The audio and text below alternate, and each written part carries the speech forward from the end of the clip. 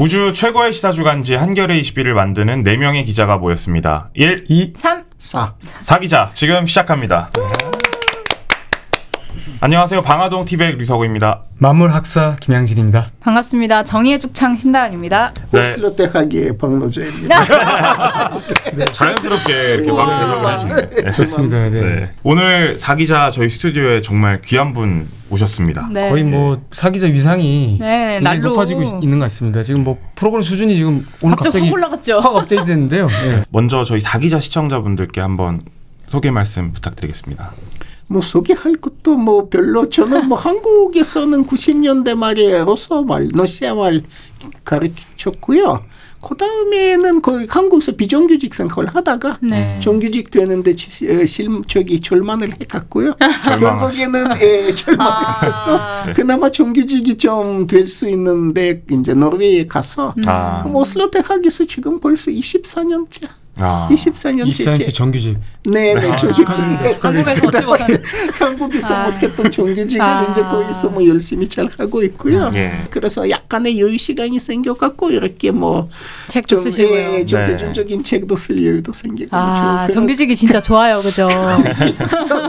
정규직은 좀 약간 편리한 점이 뭐 그런 점이 있는 것 같습니다. 네. 비정규직이면은 학술 논문 생산에 무조건 집중을 해야 합니다. 네. 맞습니다. 제가 사실은 이 처음에 대학을 졸업하고 조금 이렇게 막 그 시간을 보내고 있을 때 어떤 학교 형이 저한테 굉장히 무식하다고 혼을 내면서 선생님 책을 딱 권해주시더라고요. 뭐였어요? 무슨 책이었나요? 그 대한민국. 네. 제가 참 그거 보면서 약간 좀 야만을 극복한 그런 시간이 있었던 것 같습니다. 예, 개인적으로 다 그런 경험이 있죠. 어쨌든 오늘은 이제 한겨레 4기자 스튜디오를 찾아주셨고 1, 2부 모두 저희가 박노자 교수님과 함께 할 텐데요. 오늘 1부는 가장 최근에 내신 책이죠. 전쟁 이후의 세계. 이 책을 중심으로 국제관계에 대한 이야기를 좀 나눠볼 예정이고요. 내일 2부에서는 한국 사회에 관한 좀 이야기를 나눠보려고 합니다. 교수님 먼저 이번에 내신 책 전쟁 이후의 세계 간단히 소개를 해주신다면요. 네, 간단하지는 못하네요. 아주 간단히 소개를 한다면은 이게 사실은 어떻게 보면은 그냥 오만한 제목일 수도 있는 거죠. 아직 전쟁 이후가 아니고 전쟁 중이니까요. 저는 다만 이번에 이제 우크라이나 침공 또는 이제 가자 전쟁 등등 수단 내전, 나이제르에서의 이제 쿠데타. 그러니까 모든 지금 일어나고 있는 군사 분쟁들을 총개념화해서 왜 이런 일이 일어나는가? 한 번 장기 지속의 어떤 역사 차원에서 고민해보는 이런 시간을 가져본 것이죠. 그래서 결국에 도달한 결론이 뭐냐면은 우리가 지금은 일종의 패권 교체의 그런 시기를 사는 게 아닌가. 그래서 굳이 이 시기와 비슷한 시기를 꼽자면은 제1, 2차 세계대전과 그 사이의 시기. 그러니까 1914년부터 49년 하여튼 이런 시기와 좀 비슷한 성격의 시기를 사는 것 같고요. 그래서 제가 이 시기에 어떤 일들이 일어날 확률이 큰가. 이제 이런 생각하고 이런 다사다난한 정말 위험천만의 이런 시기를 대한민국이 어떻게 사람 안 다치고 살아남을 수 있을 것인가. 뭐 사람 안 다치고 살아남는 게 제일 중요하니까. 그럼요. 뭐 이제 거기에다가 집중을 해서 뭐 여태까지 뭐 여러 군데 쓴 글 모아가지고 이렇게 책을 냈습니다. 그리고 물론 전쟁 이후라는 거는 어떻게 보면은 그런 말이 좀 어폐가 있는 거죠. 아직은 이후 될 때까지 조금 많이 남았습니다. 그렇죠. 사실은 전쟁 중의 세계와도 거의 유사한 상황인데 지금은 사실 생각해보면 저희가 이제 처음 우크라이나 전쟁을 뉴스로 접했을 때 어떻게 이런 일이 아마 조만간에 금년간에 아마 조속히 종료될 것이다. 그리고 저 푸틴 저 이상한 놈 뭐 이런 정도의 굉장히 단순한 인식으로 사안을 봤던 것 같아요. 근데 이제 책도 읽고 또 이렇게 시간이 벌써 2년 넘게 흐르고 나니까 이거는 어떤 정말 말씀하신 대로 체제 전환의 시작이었구나 이런 생각이 좀 드는 것 같아요. 지금 전쟁 시작한 지 사실 2년이 넘었는데 이거 언제 끝난다고 보십니까? 아무리 푸틴한테 여쭤. 지금 전화했으니까 여쭤볼게요. 정말해서 푸틴한테 물어보셔야 할 것 같은데 블라디미르 같은 블라디미르니까 이거는 우리 한국말로는 결차 해지. 예. 결차 해지 뭐 시작한 사람이 어디까지 할지 말아야죠. 언제 끝날 것 같느냐. 그러니까 이 전쟁의 목적이 무엇인가라는 거 알면 언제 끝날 것인가를 어느 정도 짐작할 수 있지 않습니까? 대체로는 목적에 달성하거나 달성 못한다는 사실이 확인이 되면은 전쟁이 끝나는 거 아닙니까? 네. 그럼 이 전쟁의 목적이 무엇이었는가요? 결국에는 우크라이나라는 왕춘지대, 그러니까 러시아와 소반 블록 사이의 왕춘지대에 러시아는 일부 영토를 강탈해서 자국에 편입시키고 일부를 일전에 호국, 일전에 말하자면은 러시아 말 잘 듣는 고분고분하게 듣는 국가로 만들 생각으로 전쟁을 시작한 것이죠. 그럼 대체로 이 목적이 실현될 때까지 푸틴이 정의를 불태울 것으로 보이는 거고요. 이 목적이 언제쯤 실현될 것인가. 지금의 속도로 봐서는 좀 많이 남은 것 같고 다만 내년에 이제는 미국에서 새로운 지도부가 들어서고 이와 같은 상황에서는 내년쯤이 어느 정도 정리되는 이제 그런 해가 될 확률이 좀 있는 것 같아요. 내년에 나름 변곡점이 있군요. 아마 어떤 변곡점이 찾아오지 않을까 뭐 이렇게 생각해 볼 수는 있을 것 같습니다.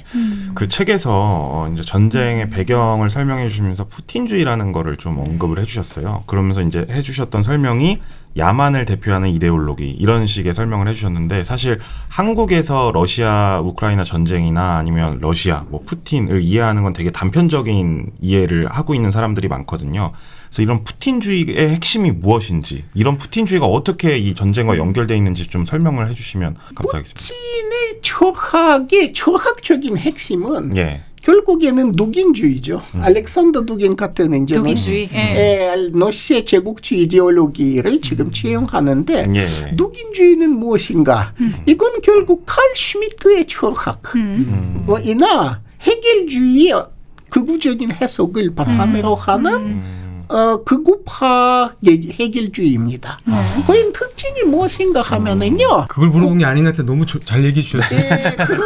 한 지점을 딱 지점. 제가 너무 놀래가지고 정확하게 얘기하는 건 직업이다 보니까. 좋습니다. 뭐 해결 뭐 이런 얘기 다 이해하지만 약간 좀 뜻밖이라서요. 뭐 거기에는 누긴주의의 어떤 지점이 가장 중요한 지점은 이거는 누긴이 누구한테 취한 거냐면은 극우 해결주의자 중에 이반 일린이라는 철학자가 있었습니다.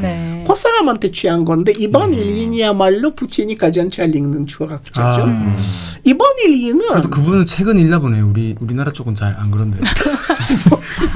그런 책 차라리 안 읽었으면 좋았을 뻔했어요. 약간 그 일린이나 누긴의 가장 중요한 지점이 뭐냐면 국가 폭력이나 국가적 강제가 성하다는 해석입니다. 해결이 한때에는 국가는 절대 정신의 구현체라고 보지 않았습니까? 그래서 프로이센 왕국이 절대 정신이 구현되는 것이라. 근데 일인이나 누긴이 거기에 한 발짝 더 나서서 국가야말로 절대 정신이 가장 완벽한 구현이라고 생각하고 그러면은 국가는 예를 들어서 말 안 듣는 인접 국가를 침략해서 이제 살생하는 것이 무엇인가 성한 목적, 절대 정신이 자기 자신을 드러내는 그 과정이 불가피하고도 좋은 일. 이런 교묘한 침략에 이제 교묘한 게 나쁜 것 같아요. 교묘하지도 않아요. 뭐 대놓고 나쁘게 나쁜 이유 같은데. 뭐 어쨌든 국가 폭력의 어떤 합리화죠. 철학적 합리화죠. 그래서 푸틴주의 철학적인 기반이 극우적으로 해석한 해결이고요. 뭐 별로 좋은 건 아니죠. 그 다음에는 근데 그게 예를 들어서 파시즘 철학하고 비교하면 사실 비교될 수 있는 지점이 있고요. 그 푸틴주의 정치 철학, 최근의 정치 철학을 생각하면은 한국에서는 안 알려줘서 다행일지도 모르지만 일제시기 말기에는 일본에서 파시즘의 철학자 중에 오가와 슈메이 같은 사람이 있었습니다. 한국에서 안 알려줘서 다행이죠. 또 한국인 뉴라이트들이 좋아할 것 같기도 한데 뭐 어쨌든 그 오가와 슈메이 일본 파시즘 그 광기가 극에 달하는 그 시절에는 예컨대는 일제 밑에서의 동아시아나 다른 유라시아 민족들이 하나가 되어서 이 공동체는 아닌 대가족 국가로서 이렇게 세계를 구하고 8개월 이후 이렇게 철학을 구현하고 그렇게 해서 이 공동체밖에 안 되는 소반 세계를 꽉 누르고 세계에 다시 구현을 잡는 이제 그런 큰 그림을 이제 그린 건데 누긴주의는 이제 대체로 비슷한 노선을 취하는 거고 정말 다행 같습니다. 우리는 뭐 이렇게 뉴라이트 이런 구구 세력들이 저희 방송을 잘 안 보기 때문에 다 쓰면 이것도 정보를 얻고 그러니까 또 이거 흉을 또 찾아보면서 뭐 하여간 푸틴주의는 대체로는 극우적으로 해석된 해결주의와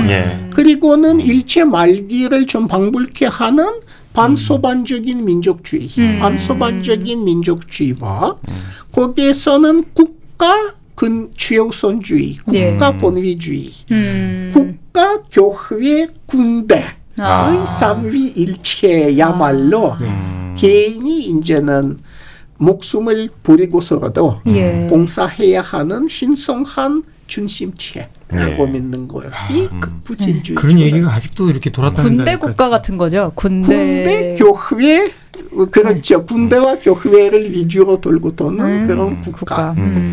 그게 푸틴주의입니다. 별로 근데 한국 역사에 좀 안 좋은 많은 과거의 그런 페이지들을 많이 방불케 하죠. 유신 체제 일제 말기 뭐 그렇죠. 이 전쟁이라는 게 그러니까 굉장히 고도의 동원 체제잖아요. 그러니까 이제 국민들이 이거를 받아들일 수 있는 한계치를 넘어버리면 막 이제 뭔가 부글부글 할 거 아니에요. 벌써 그 시기를 꽤 지나온 것 같은데 이게 아까 말씀하실 때 아직 좀 남았다고 하셔가지고 이게 말하자면은 이 부글부글 상태에서도 계속 갈 수 있는 건지 어떤 이 푸틴의 어떤 이 정권의 영속성이 이 상태에서도 계속 갈 수 있는 건지 이런 데 좀 분분한 것 같거든요, 시각차가. 제가 지금 제 어머니는 거기에서 계속 사시고 계십니다. 러시아에서. 산페테르부르크에서 지금 나의 연세가 84세. 다 되셨지만 어제는 거기 계속 사시는데 저한테 자주 하는 얘기는 그렇습니다. 이제는 뭐 유튜브라든가 러시아는 아직까지 유튜브가 차단이 안 돼서 잘 가면 보시는군요. 한국말을 못 알아들었겠지만 뭐 하여튼 이것도 보실 수 있을 겁니다. 어쨌든 유튜브 보면은 이제는 전쟁이 진행되고 이런 건 알 수 있는데 길거리에 나가면은 이게 전시라는 생각이 전혀 안 들죠. 똑같다는 거죠. 그 제재가 가해져서 소반 물건들도 이렇게 창고에 안 들어오고 서점에 산점에 있지 말아야 하는데 산점에 가면은 기존의 소반 물건들이 다 들어. 근데 뭐 바뀐 메뉴가 거의 그러니까 말하자면은 바뀌지 않는다. 그리고 사람들은요, 물론 이제 국가 법률 체계, 이제 국가 사상 통제 체계가 있어서 정치 얘기를 자유자재로 할 수는 없지만 어쨌든 간에 똑같이 그냥 행동이라든지 이렇게 뭐 길거리 모습이 똑같다. 사실 러시아는 이 전시 특수라는 게 있습니다. 전시가 되면 동원체제이기도 하지만은 군대는 각종 물건을 이렇게 많이 먹는 괴물이잖아요. 그래서 일단 진산을 해야 합니다. 생산을 증가해야 하고요. 그리고 제조업에는 주문이 많이 들어오죠. 그래서 러시아는 작년 성장률이 3.6%였고요. 금년 아마 4% 정도 됐는데 물론 대한민국도 포탄 등등을 팔아서 그러니까요. 본 돈이 없지 않아 있겠지만 러시아 같은 경우는 주문량이 훨씬 클 겁니다. 그래서 지금 성장률로 치면은 윤석열 대통령의 한국보다는 푸틴주의 치하의 러시아는 약간 좀 더 올라오는 면이 있죠. 있고요. 그러니까 전쟁의 고통은 당연히 있죠. 일단은 전쟁 인접 지역에서는 또 이제 폭격 등등으로 러시아 사람도 죽는 거고요. 그리고 전쟁터에 끌려나갔거나 지원해서 입대한 사람들이 또 거기에서 고통을 받는 거고 그런 고통이 다 있는데 실제로 전송에서 싸우는 사람들 중에 산페테르부르크 출신이 거의 없습니다. 그렇죠. 그러니까 그 고통의 분배도 말하자면은 천알바지 되는 사람 따로 있는 거죠. 빈민에 집중되는 거죠. 빈민 진변제, 빈민 진변제, 빈민의 전쟁, 빈민의 총알바지 만들기. 그런 전쟁의 모습입니다. 책에 보면은 푸틴이 레닌 욕도 많이 우크라이나를 만들었다고. 그 레닌은 민족 자결권을 인정한 지화파 해결주의자였죠. 푸틴은 극우파 해결주의자입니다. 그래서 그런 의미에서는 그러니까 이게 참 뭐 러시아에 대한 우리가 많이 그러니까 생각을 많이 또 다시 하게 되는 그런 건데 사실 뭐 우크라이나 이번에 침략에 대해서 이제 일본의 만주 침략하고 비교하기도 하셨고요. 사실 또 이번 러시아가 이걸 통해서 방금 말씀하셨던 것처럼 경제 성장률도 많이 하고 지지율도 뭐 80% 이상 나오는 뭐 이런 얘기들 소개해 주셨는데. 어떤 러시아의 이번 전쟁을 통한 러시아니까 집권 세력의 어떤 속내를 어떻게 좀 봐야 될까요? 집권 세력이라는 게 러시아는 한국과 좀 상당히 다른 구조를 갖고 있는 나라입니다. 한국에서 보시면은요, 일단 정권이 교체됩니다. 연단제라 어쨌든 교체 잘 되고요. 교체되는데 아주 중요한 역할을 하는 게 누구냐 하면은 자본이죠. 자본이 신문을 소유하고 신문들이 이제는 어떻게 하느냐에 따라서 정권이 교체될 수도 안 될 수도 있고 이렇게 그리고 이제 자본이 정치인들한테 자금을 주는 거죠. 그렇게 정치인이 어쨌든 누가 돼도 또 자본의 말 잘 듣습니다. 러시아는 이게 거꾸로예요. 한국은 자본이 여기 있고 국가가 여기 있습니다. 그래서 사실은 국가보다 삼손 완조라든지 이런 자본 집단이 훨씬 더 지속적이고 훨씬 더 어떻게 보면 사회에 대한 통제력이 큰 것이죠. 보면서 러시아는 반대로 집권 블록에 있어서는 안보 계열의 관료들이 여기 있고요. 자본은 그냥 그 말 듣는 겁니다. 그래서 우크라이나 침략은 러시아의 자본이 불평한 면도 적진 않았습니다. 일단 소방과의 그 교역에 엄청난 차질이 생기고 그리고 더 이상 소방은행 사용하기도 이제 거의 불가능해. 은행 기금 문제도 있고. 뭐 이제 자본의 입장에서는 골칫거리예요. 골칫거리인데 결정권은 자본이 있지는 않습니다. 한국은 사실은 크게 봐서는 결정권이 천자본. 그러니까 자본가의 이제 이해관계에 맞춰지는 거고요. 러시아는 안보 관료들이죠. 그래서 그들의 입맛 차원에서는 전쟁이 맞는 겁니다. 왜냐하면 어떻게 된 거냐면은요. 소방과의 관계가 차단이 되니까 러시아 자본이 소방에 있는 그들의 자금을 되도록이면 회수를 하고 회수할 수 있는 한도까지 회수하고 자국에 다시 재투자하는 이런 입장이 된 거죠. 그러니까 여태까지 유출됐던 자본의 일부는 돌아왔고 그리고 이제는 정치인들이 원하는 거는 이것을 제조업에 투자하는 겁니다. 이거는 바로 무기 생산을 중심으로 한 중화학공업. 특히 요즘은 러시아는 반도체, 공장 신설 뭐 이런 것에 정치인들이 가장 큰 많은 힘을 견주하는 겁니다. 지금도 이미 러시아 전자 산업에는 한 30만 명의 노동자들이 고용되어 있는데 지금은 거기에다가요 한 400억 달러를 신규 투자해갖고요 국가가 그러니까 2030년까지 기본적인 반도체 생산이 그러니까 적어도 절반 정도 반도체 러시아가 필요로 하는 반도체를 국산화하기로 이제 한 겁니다. 거의 뭐 전쟁을 해가지고 뭐 자기들 경제 체질 개선하는 그런 아주 좀 못된 모습을 보고 있는 것 같은데. 월남 특수와 한국의 중화학 공업 발전 뭐 혹시 70년대 기억하시면 그러니까 유신 시절에 이렇게 영구 집권 체제에 들어선 독재자하고 이렇게 월남 전쟁 돈을 버는 거 하고 중화학 공업에다가 이렇게 집중 투자하는 거.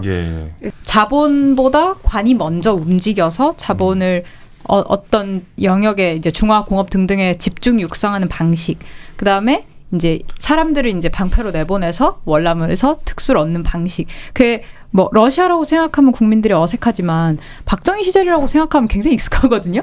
그러니까 어디 거의 비슷한 양상이라고 볼 수 있을지. 그렇습니다. 사실 지금은 푸틴의 모델이 무엇인가 하면은 푸틴도 그런 얘기를 대놓고 하지만 중국 모델입니다. 그러니까 등소편 이후의 중국 체제 그리고 특히 습근편 시진핑 이후에 더더욱 당 위주로 좀 그 당의 용도적 역할이 강조되는 습근편 시대 중국 체제. 중국 체제는 무엇입니까? 당은 위에 있고요. 그 권력이 절대적입니다. 자본은 밑에 있습니다. 일단 말을 들으면은 자본을 몰수하지는 않습니다. 근데 말 들어야 합니다. 그 대신 절대적으로. 그렇죠. 그리고는 당에서는 예를 들어서 반도체에 투자하라. 최첨단 반도체에 투자하라. 그럼 자본은 무조건 투자해야 합니다. 투자 결정이 전체적으로 이루어지고요. 투자에 대한 결정권이 최종적으로 당에 있습니다. 그게 푸틴의 모델이에요. 한데 그 모델이 천사진을 등소편이 어디서 얻었는가 하면 장개석의 대만 뭐 그런 것도 뭐 하나의 그 모델이었지만 박천희. 그러니까 어떻게 해서 중국을 경유해서 박천희 모델을 러시아까지 지금은 아주 재미있는 순간을 볼 수가 있습니다. 극우 세력들이 이거 보면 안 되는데. 그렇게 아까 말씀드렸죠. 엄청 뿌듯할 것 같아요. 이거 정말 의도를 파악 못하고. 세계의 대통령 박정희 이렇게 되는 거지. 잘못 생각하실까봐. 근데 한국 극우 세력들이 푸틴을 아주 싫어할 거예요. 푸틴이 사실 극우죠. 푸틴도 극우인데 미국에 방황하는 극우니까 지금 아마 한국 극우들이 싫어할 거고 트럼프하고 친해지면 또 모르겠어요. 이 극우의 세계라는 게 굉장히 넓고도 심오하네요. 굉장히 복잡하고. 그러니까 각국의 극우들이 그리고 꼭 친구 아닐 수도 있습니다. 서로 싸울 수도 있고. 중국처럼 되는 게 목표는 아니다. 라고 책에 써주셨어서 좀 헷갈려요. 그거는 어떤 거냐면 중국과 러시아는 경제 기본 체질이 다른 겁니다. 중국은 일단 경제 규모는 어마어마해요. 중국이 이미 세계 제조업의 30% 정도 차지하는 그런 나라입니다. GDP로 따지면 중국의 GDP는 러시아보다는 10배 높습니다. 전체적으로요. 1인단으로 따져도 지금 중국이 러시아를 약간 상회하는. 그렇게 됐습니까? 네, 이미 그렇게 됐습니다. 저도 책을 읽으면서 놀랐던 게 저는 이제 잘은 모르는데 러시아 하면 되게 미국과 오랫동안 맞서왔던 뭐 강대국 이미지가 있는데 경제적인 부분을 보면 기업 같은 경우나 은행 같은 경우가 세계 거의 뭐 60위권대 뭐 이렇게 되는 것들이 중소기업이죠. 이게 중국이나 미국의 대기업에 비하면은 러시아 가장 큰 기업들이 중소기업에 불과합니다. 그러니까 중국이 아니다라는 말이 결국에는 중국은 엄청난 규모의 수출을 하는 나라입니다. 제조업 상품들 수출하고요. 그리고 요즘 자본 수출도 상당히 많이 해요. 러시아로도 자본 수출하고요. 그리고 투자하죠. 그리고 러시아 같은 경우에는 수출은 에너지 아니면 무기입니다. 그래서 러시아 경제 체질이 중국과 다르다는 점이 이제 이런 점이 있는 거고요.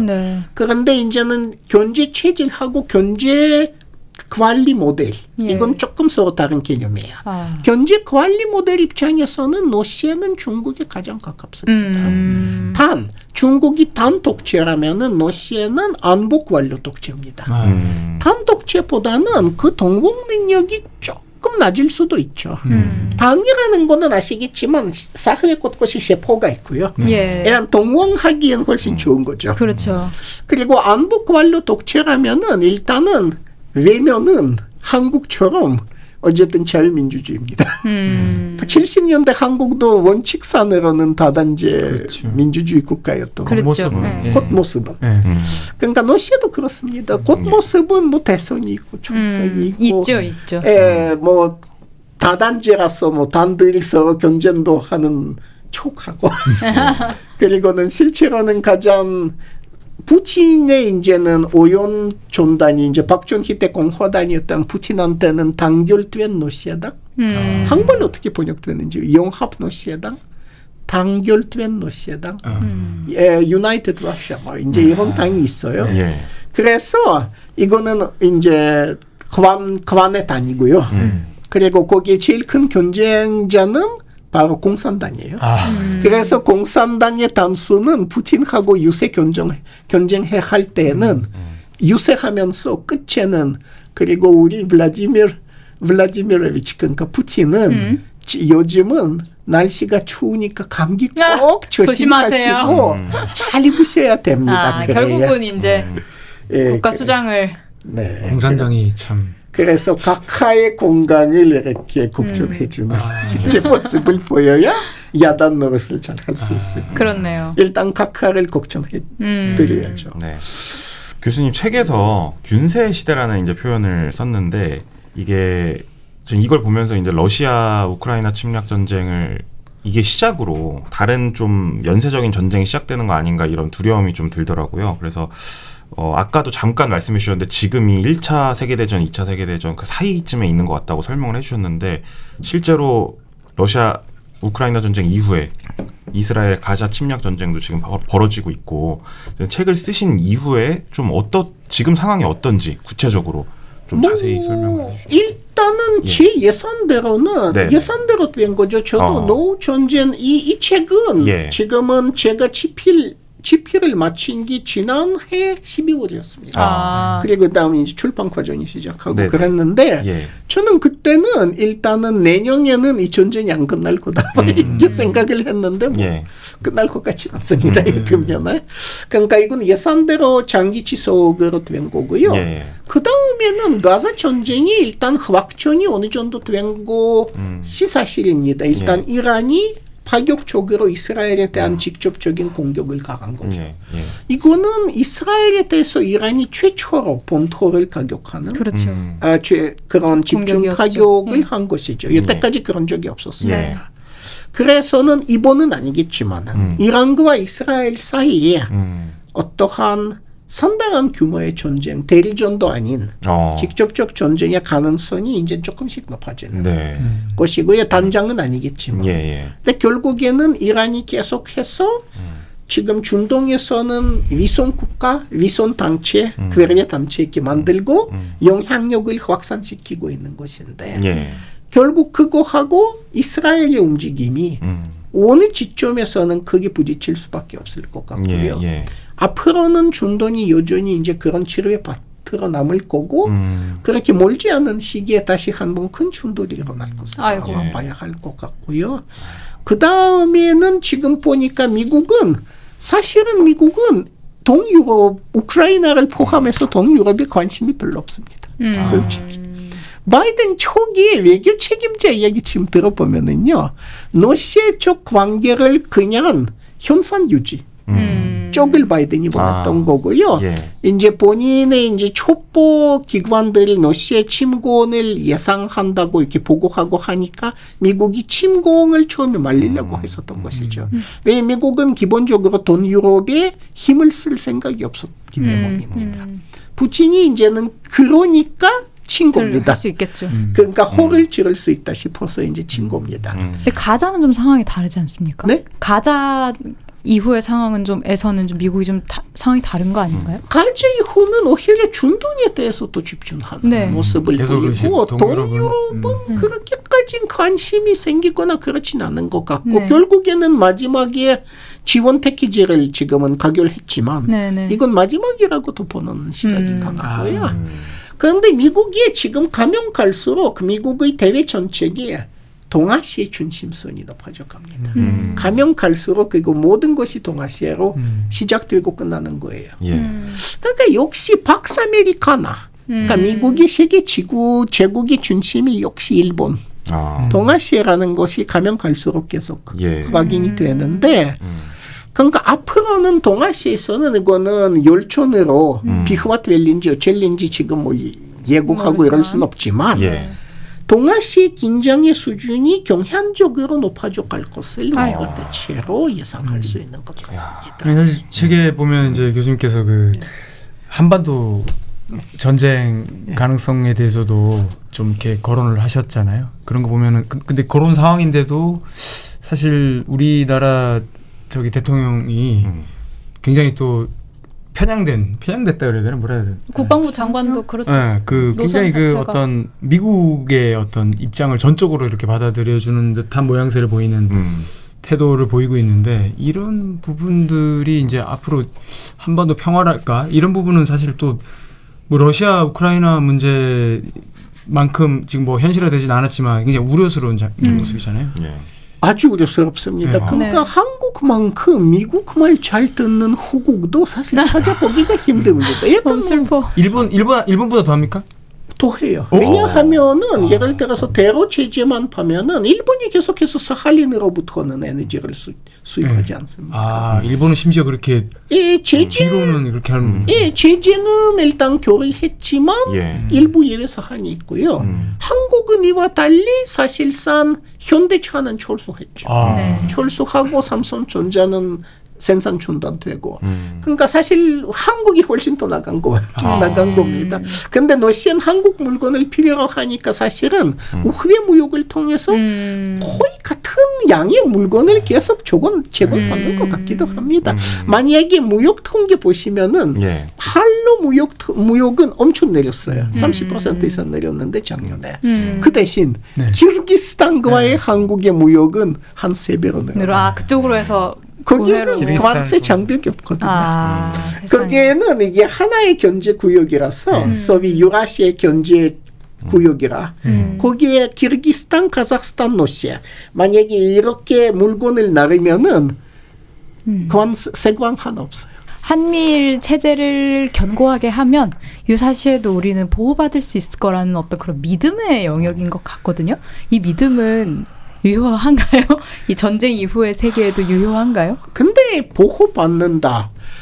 이거는 굉장히 상대적인 겁니다. 일단 이스라엘을 보시죠. 이스라엘이 한국 이산으로 미국에 가까운 나라입니다. 그렇네요. 재미있게도 이스라엘은 러시아에 대해서 제재를 결의했습니까? 안 했습니다. 반대로 전쟁이 시작되고 나서 이스라엘과 러시아 사이에 지금 왔다 갔다 하는 비행기들 있죠. 어떻게 됐을까요? 한국과 러시아 사이에 직항이 지금 없습니다. 없어요. 한데 이스라엘과 러시아 사이의 비행기 항공 편수는 진편됐습니다. 왜냐하면은 또 전쟁 때문에 러시아 유대인들이 또 이스라엘 더 많이 가고 뭐 이제 러시아계 유대인이 많으니까.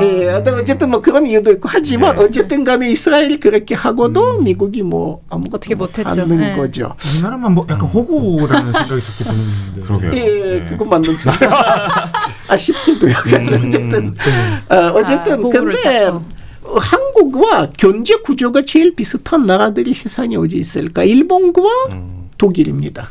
일단 둘 다 미국이 이제는 좋게 얘기하면 우반 좀 안 좋게 얘기하면 호국이지만 일단 제조업이 많고요. 이런데 그리고 이제 무역 그리고 수출 많이 하고요. 비교적으로.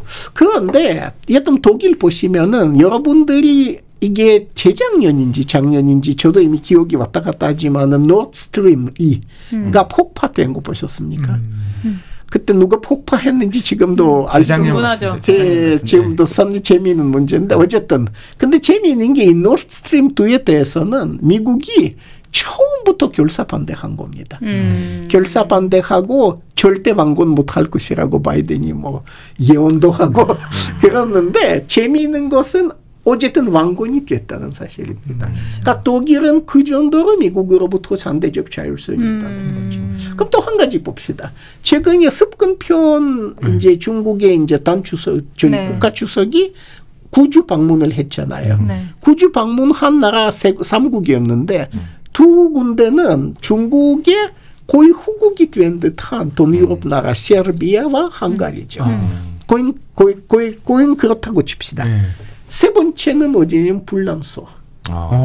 프랑스. 그렇죠. 근데 불란서도 사실은 미국의 명색산 우방이죠. 명색산 동반자, 뭐 어쨌든 동맹국인데 어쨌든 프랑스는 계속해서 미국으로부터 자율적인 유럽이 필요하다. 이런 이야기는 하니까 습근편이 그럼 프랑스만큼이라도 중립화시킬 수 있을 것인가. 그런데 미국과 프랑스의 이제 고리를 조금 늘릴 수 있을까 해서 찾아간 거죠. 그러니까 프랑스에 대해서는 중국이 이런 기대전 골 정도입니다. 독일은 미국의 말을 거슬러서 노드스트림 1을 건설한 나라죠. 일본이 계속해서 한국보다 훨씬 더 유용한 대로 체제를 운영하는 나라고. 그럼 대한민국이 호구라는 말이 뭐? 아니 저기 외교가 뭐 습근평 그분이 잘했다는 건 아닌데 아니, 뭐 외교를 하려면 뭐 이 정도는 해야 되는데 우리는 네덜란드 왜 간 거야 도대체? 저희는 뭐 외국을 나갈 때마다 문제가 생기고 문제가 생기고 있기 때문에 화문을 일으키고 오시기 때문에 갔는데 목적이 뚜렷하지 않고 화보만 남는 이런 데서 생겨가지고. 근데 아까 말씀하셨듯이 전쟁 가능성은 그러니까 일단은 아까 뭐 그 말하다가 다른 3000% 빠졌지만 어쨌든 어떤 말이 했느냐면 이스라엘도 미국에 굉장히 가까운 나라지만은 이란으로부터 미사일 세례 받았죠. 받았는데 대부분 요격됐습니다. 아주 미국에 가까운 나라임에도 불구하고 이렇게 미사일 세례를 허락받은 거죠. 그러니까 미국의 동맹 국가라고 해서 미사일 세례로부터 완벽한 보장이 있는 건 아닙니다. 네. 일단 거기까지는 우리가 확실히 봐야 하는 것 같고요. 그리고 한국의 경우에는 우리가 그건 좀 잘 봐야 합니다. 한국인들이 이제 나쁜 습관 중에 하나는 북한을 너무 얕잡아 보는 거예요. 캠핑 가난하다고 해서. 가난한 건 맞습니다. 근데 북한 경제적으로 굉장히 가난하지만은 지금은 뉴욕까지 가는 미사일을 보유하는 나라들이 중국, 러시아, 북한 정도죠. 그렇게밖에 안 됩니까? 네. 가장 가난한 나라이면서도 미사일 기술로 치면은 중국, 인도, 러시아 수준이 이제 빨리 근접하고 있는 그런 국가입니다. 그런 국가는 만약에 한반도에서 국지전을 일으켜도 미국이 그렇게 쉽게 북한에 공격할 수 있는 거는 아닙니다. 그건 우리가 잘 봐야 분들이 여길 좀 보셔야 되겠네요. 오히려? 그러니까 그거 좀 잘 봐야 됩니다. 왜냐하면은 지금 북한의 공격을 할 경우에는 위험 부담이 굉장히 높다는 사실을 미국도 알고 있고요. 만약에 국지전이 일어날 경우에는 미국이 대응을 하겠지만 굉장히 조심스러운. 그렇겠죠. 그럼 우리만 피해를 보겠죠. 피해는 고스란히 한국만 안고 갈 겁니다.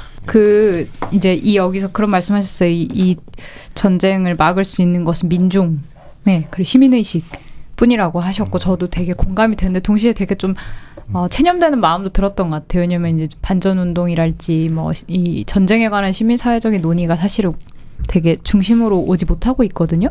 이런 상황을 좀 어떻게 사실 대통령부터가 선제 타격 이런 얘기 하고 있는 상황이고 이런 상황에서 우리가 어떻게 민중을 다시 이 민중 운동을 끌어낼 수 있을 것인가 하는 좀 회의나 고민이 좀 들기는 했던 것 같아요. 근데 저는 약간 낙관적으로 보는 부분 하나는 한국은 요즘 선진국이 돼서 그런지 인간 생명에 대한 감수성이 다릅니다. 굉장히 커졌죠. 네, 지금은 최산병 사건 보세요.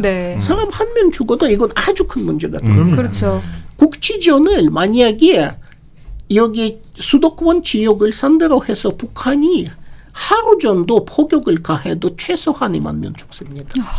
양민, 시민, 그러니까 군 피해 말고는 시민 피해는 그건 최소한이고요. 실제 더 훨씬 많을 겁니다. 전면적은 그럼 하루에 100만 명 넘을 수도 있고요. 그러니까 이런 거 생각하면은 우리가 저는 민중에 호소할 수 있는 키워드는 뭐냐면 생명과 평화 아닌가 싶습니다. 통일 민족, 이거는 이미 시대가 지난 것 같고요. 왜냐하면은 북한도 우리가 동족이 아니라고 주장할 정도면 그런데 생명과 평화는 오히려 한국에서는 호소력이 더 커진 것 같습니다. 그래서 생명과 평화를 위해서 우리는 북한에 대해서 어떤 생각 가져도 북한 독재 당연히 싫어할 수도 있고 거기에 불가피한 좀 등등이라고 생각할 수도 있고 동족이라고 볼 수도 안 볼 수도 있고 이거 다 떠나서 이웃입니다. 근데 이웃하고는 잘 지내지 않으면은 피해 볼 수가 있으니까 우리가 그런 점에 주목을 해서 저는 생명과 평화는 난 호소력이 크다고 봅니다. 오늘 박 교수님 말씀 잘 들었습니다. 저희가 1부에서 지금 러시아 우크라이나 전쟁을 중심으로 이야기를 좀 나눠봤는데 사실 이 전쟁에 대해서 2년이 넘었는데도 잘 모르시는 분들이 많은데 박정희 때 이제 유신 정권에 비유해서 말씀을 해주시니까 더 이해가 잘 되는 부분도 있었고 사실 더 중요한 거는 이 전쟁에서 우리 한국 정부가 어떤 식으로 좀 해야 될지 이런 부분도 잠깐 얘기를 해주셨는데 책에 보면 마지막에 또 그런 한국 정부에 대한 제안이라고 해서 되게 좀 좋은 얘기를 많이 해주셨거든요. 좀 이런 것도 좀 봤으면 좋겠어요. 윤석열 대통령께 보내드리죠. 그러니까요. 읽으실지 모르지만. 1부는 이렇게 마무리를 하려고 합니다. 자, 내일 2부에서는 어떤 내용이 준비되어 있죠? 2부에서는 한국사의 전반에 대해서 우리 교수님께 한번 더 말씀 드리도록 하겠습니다. 좋습니다. 오늘 사기자 1부 여기까지 하겠습니다. 감사합니다.